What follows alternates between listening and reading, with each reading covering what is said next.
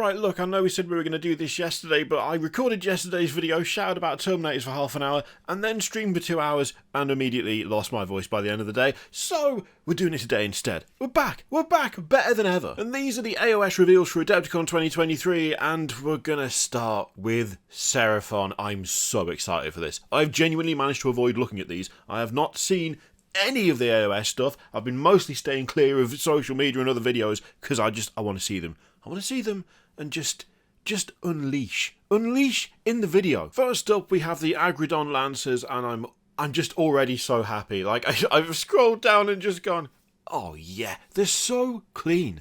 They are so clean. Look how crisp they are. Like the Seraphon, it's a good looking range in that the designs are cool, but it's all old as hell, and it just desperately needs that like increasing definition on everything, and that's what they've done. That's what they've done. They look fantastic. The shields look brilliant. I love the kind of like the little, not even armor, like the decorative metal pieces that go onto these guys.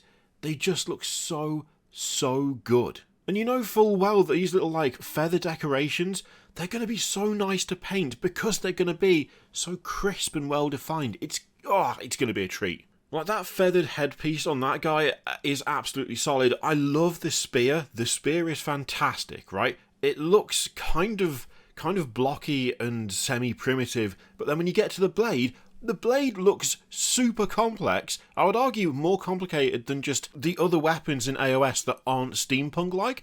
It looks so alien, and I love that. The mounts are brilliant. Those like hexagonal rings going around the tail look really cool. It just adds a little something. I just love them. They're doing such a good job with them, and it's just, I feel like again, it's just going back to that thing where it feels like a lot of the stuff that I'm loving from GW at the moment aren't even necessarily brand new things. They aren't even like entirely new things they're dropping. It's updates of old stuff. It's the things that you kind of sat there and looked at for years and gone, I mean, I like it. I like looking at it. I would probably enjoy painting it, but it just looks dated next to everything else. And if I could have a brand new, fresh, updated version of that, it would be perfect. That's what they're doing, and it gets me like really excited to actually try painting stuff like this, because it feels like it's going to be more fun, and it's going to be easier as well to pick out details on models like this when they are newer. They just look absolutely grand. They just look grand. I'm loving it. Absolutely loving this already. Agridons are vicious beasts that only the toughest of Saurus can tame. Oh my god. I mean, look, it's so good. I actually like that colour scheme more. I'm going to say I like that colour scheme a bit more. The green on the Agridon is really nicely done. Having the black feathers at the end is a super nice contrast, and matching it with the armour across the chest. I mean, can you call that armour? I suppose technically it is armour. It's only one piece of armour, but I suppose it kind of is. I like that combination a lot. That's really nice. That's really nicely done. And again, I love the weapons. The weapons are super blocky and angular, but then there's always something on there that's like runic and alien. It's such a cool combo. Whoever painted this one and did that like those tail feathers like that, 10 out of 10. 10 out of 10. There's also the Saurus Scar Veteran on Agridon, and that is quality. That is quite the lad right there. I love that his saddle has got that kind of, the back section that's then got the totem sticking out the top of it, except it's got a hole for the tail. It does make me wonder the logistics of getting into that particular saddle, but I don't care. I don't care about the logistics. That just looks cool. That metal like helmet / head crest looks absolutely fantastic. Again, the spear is really cool. I love the pose on the Agridon. It looks absolutely terrifying. That's awesome. Oh my god, like I'm excited about the 40k stuff, don't get me wrong. I'm super excited about the 40k stuff, but these are just such a nice update. They're just such a nice update to a faction that I've kind of looked at and enjoyed, but just constantly felt like they're too old to get into. And that's like being broken down so badly. It's being broken down so badly by this stuff. It's just awesome. Oh my god, this is going to be the most gush-filled video. Like I feel like it's going to start getting abrasive with how excited I'm getting over this. That war pick or whatever the hell he's holding there that looks really brutal. For some reason, that looks more brutal than just the spear. Maybe it's because it's just a big spike on a spiky stick. Maybe that's why it looks more brutal. I definitely prefer the head with the helmet on. I think that adds a lot. That's definitely the way that I would go personally. Like, it makes it that bit more menacing to me. I think also in the back of my head, it kind of separates Rider from Mount a little bit more as well, because they are effectively all dino-looking lads. The dino-looking lads that have got helmets on, for some reason, look more... It kind of... What is the word? Is it anthropomorphizes? Where it kind of makes them feel more human? Is that the right word? It might not be. You might. Hopefully, you know what I mean. You also may not, because that just sounded like gibberish as I said that. No, I'm going to leave it in. Why not? Anyway, we also have Croxigors, and what a pose. What an absolute power stance. Yeah, again, I like these. I like them a lot.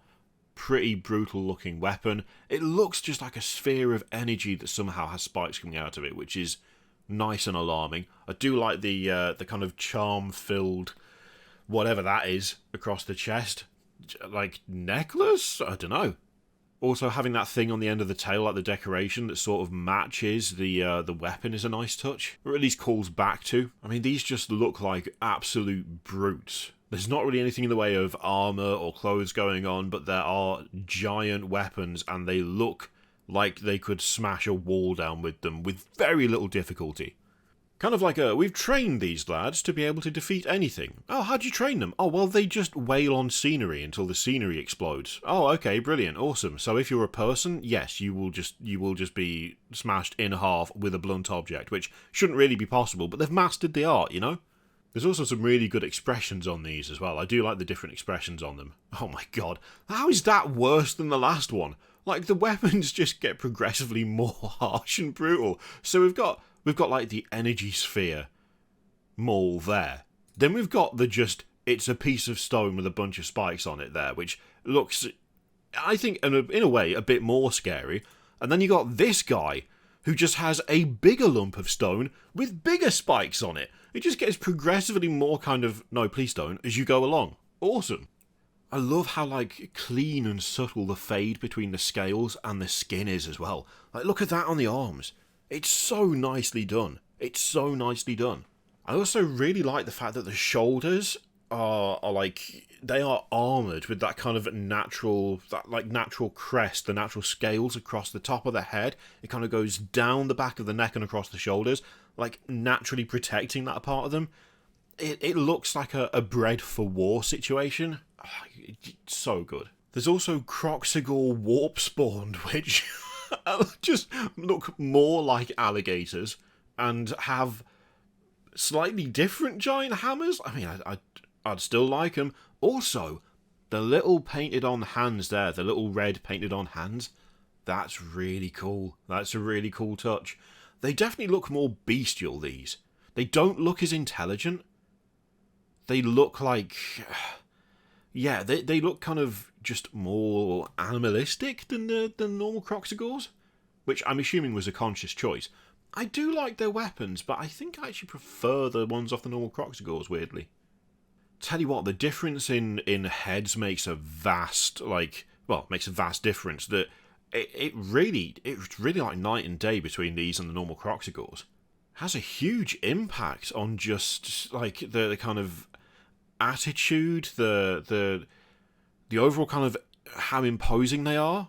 It's genuinely quite surprising how different these look, even though it's like same bodies. I'm assuming multi-purpose kit where it's the same bodies. Although looking between the two, I'm not sure actually. I can't really tell. I feel like that would make the most sense. But I could be wrong. But yeah, these, again, absolutely solid looking lads. That kind of upsettingly, they have announced a Seraphon army box as well. But that doesn't actually contain any of the stuff shown in this article, from what I can tell. We've got, like, Saurus Warriors, but we don't have any of the mounted ones in that box. And there aren't any Croxigor, like, warp spawn Croxigor, so... The box still looks good, there's still some cool stuff in there, and actually, I'd be kind of tempted, honestly. I'm pretty tempted with that, but the stuff that we've seen today doesn't seem to be in there, which is a bit of a shame because of all of it. of all of it, I think I kind of like the idea of a big force of just absolute roided out lizard monster, like, brutes. I kind of like that more than what's in the box. How feasible that is?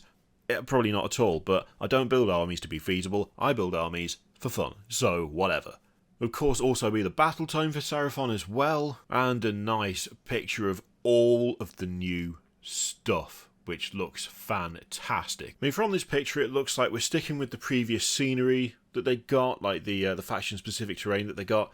Also sticking with the current Carnosaur as well, although the Carnosaur and the Bastiladon both, I mean, I feel like they both hold up pretty damn well.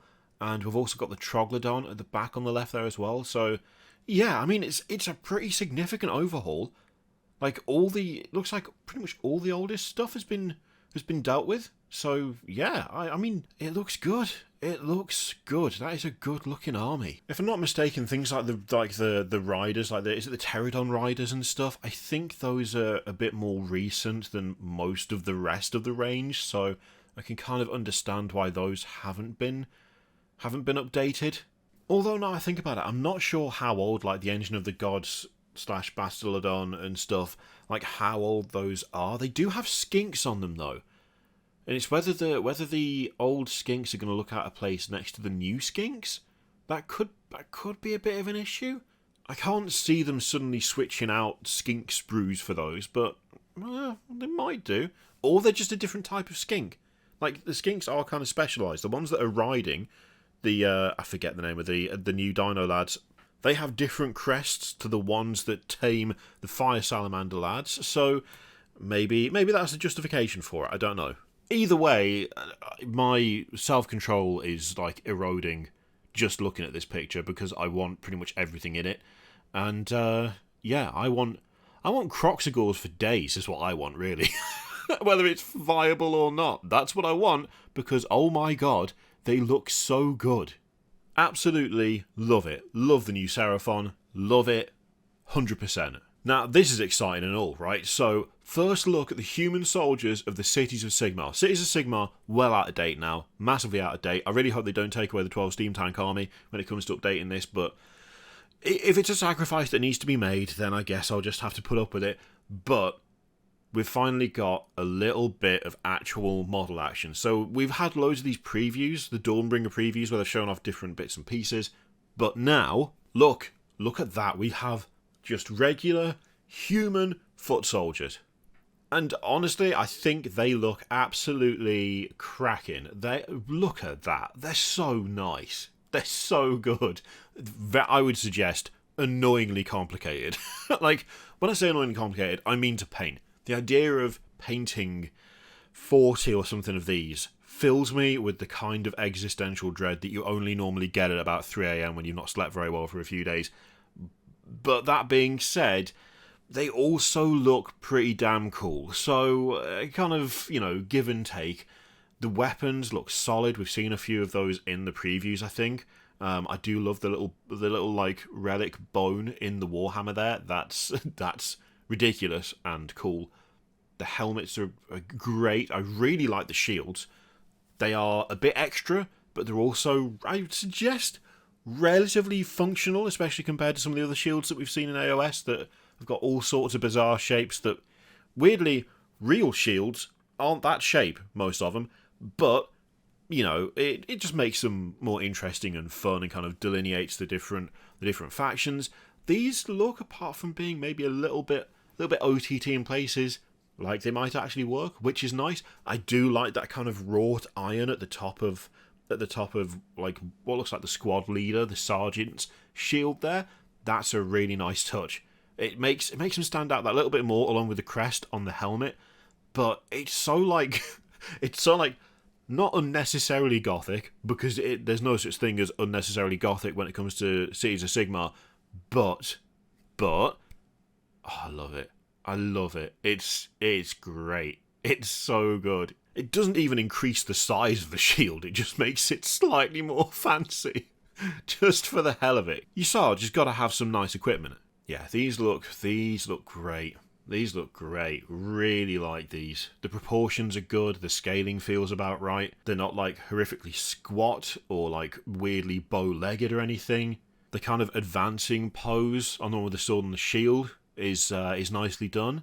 It feels like a sensible combination of kind of like plate and chainmail and stuff. How actually accurate it is to how someone would wear armor in the real world, I don't know, but it looks about right in terms of, I'm not looking at it going, well, that's just dumb, why would you even do that? It has the right feel to it, even if it's not correct. And to be honest, for me personally at least, when it comes to like armored stuff in any capacity, whether it be like sci-fi or fantasy or whatever, it being like accurate has never bothered me as much as it looking feasible. You know, I'll take feasible over absolutely 100% realistic, because sometimes it's fun to have ridiculous armor that is like really like over embellished or covered in filigree or looks super artsy or just like absurdly heavy. Like some of the Stormcast armor looks absolutely impossible to move around in, but at the same time it looks badass, so I don't care. It just looks feasible enough. And I know there will be those who disagree with that stance, but each to their own, you know? Now at the bottom of this there's a nice little road map so we can see what's on the way. The Hedonites Knights of Slaanesh Battletome cover is still awful. I regret seeing it there. Soulblight Gravelords is still quality. I believe it's the same one as last time. I could just check my own Battletome that's behind me, but I can't be bothered to stand up. Summer, we've got the Seraphon and the General's Handbook, and then Autumn we've got Cities of Sigmar, so that's going to be good. That's going to be good to see the rest of that range. Oh. Now, we also have an Ossiarch Bonereapers and a Soulblight Gravelords, like, new hero model on the way, too. So, we've got the Mortisan Ossifector, which is a terrible name. Absolutely god-awful. Mortisan Ossifector is the least mouth-friendly thing you could possibly have called it. Why did you do that? On the other hand, the model is kind of cool. To be fair, a lot of the Ossiarch stuff does look pretty decent. This one has got a lot of that kind of like smoky, magic-y effect, which I like in moderation. It does. It works most of the time. I think it works okay here. I would have liked to see more of that kind of bone plate and stuff being kind of shunted up through the magic, but it's still pretty cool. It's very creepy. The head having a bunch of what looks like some sort of giant's finger bones coming out of it is gross, but cool. Same with the kind of back. You've got this kind of wing sort of look, which is, again, kind of cool. Sometimes I wish with this stuff it was more obvious what the bones are, because that would add creep factor for me personally.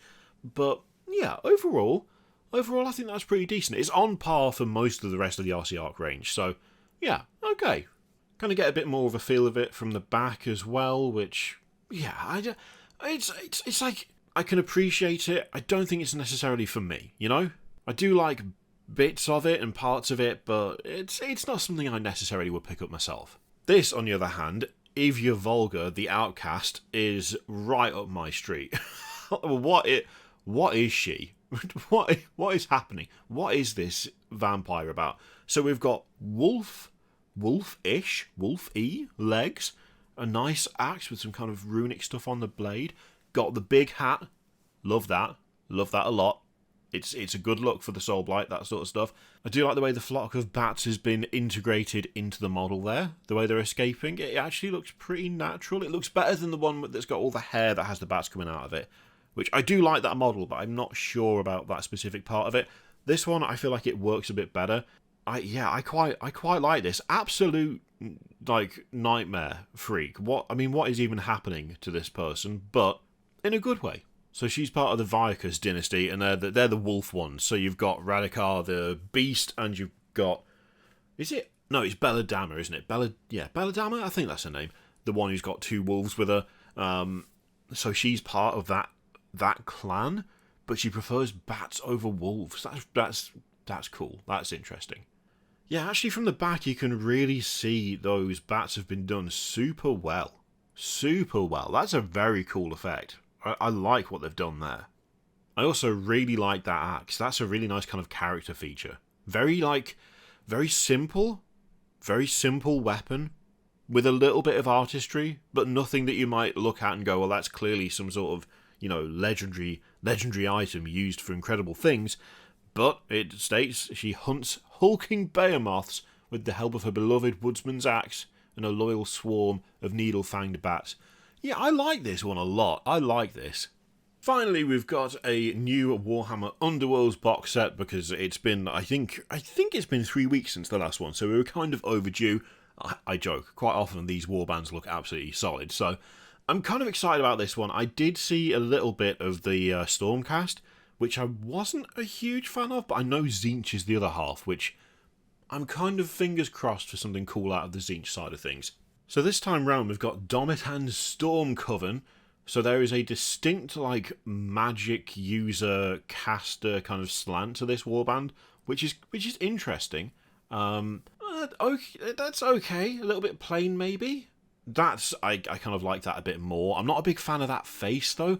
The overall armour on the new Stormcast stuff, like just the kind of general presence, I like it a lot more than the old Stormcast stuff. It feels more grounded, less cartoony. I think we've talked about it before. It's like, again, even if it's not like realistic, it looks a damn sight more feasible than the old bulky, like super over the top, gigantic shoulders, which is really fun. It is really fun, but it also doesn't look as feasible as this looks. I like these a lot. Like, I'm not a big fan of that head. That kind of mask doesn't really do it for me, the kind of Sigmar mask, but overall, the armour is cool. The only thing I'm not sure about with these is I get very strong, like, well, in 40k, librarians have got, like, hoods, so these guys need something to denote that they are also magic-y types, as if a big staff isn't enough. Like, I kind of feel like there's stuff being cribbed from the other universe there that isn't necessary, really. Overall though, I do quite like that. That's cool. I'll allow the tactical rock there because they're kind of floating around, looking badass about it. Again, not so much a fan of that specific face, but I do like the staff a lot. The staff looks really cool. I kind of like that twin-pronged, almost horn thing going on at the back of the armour there. The way the robes work on that one also looks really, really cool. I'd say for these, a little bit of a mixed bag for me. Like, I kind of like the foundation they're built off, but some of the specifics don't really do it for me. Then again, I've never really found the kind of casters for the Stormcast as fun or as enjoyable to like look at or paint as just the standard melee or shooty ones. So there is a lot of like personal bias going into this, as with everything else we look at, to be honest. But yeah, they're okay. They're all right. Facing off against them though are Ephelim's Pandemonium, and this is immediately my sort of thing. Look at the little lad.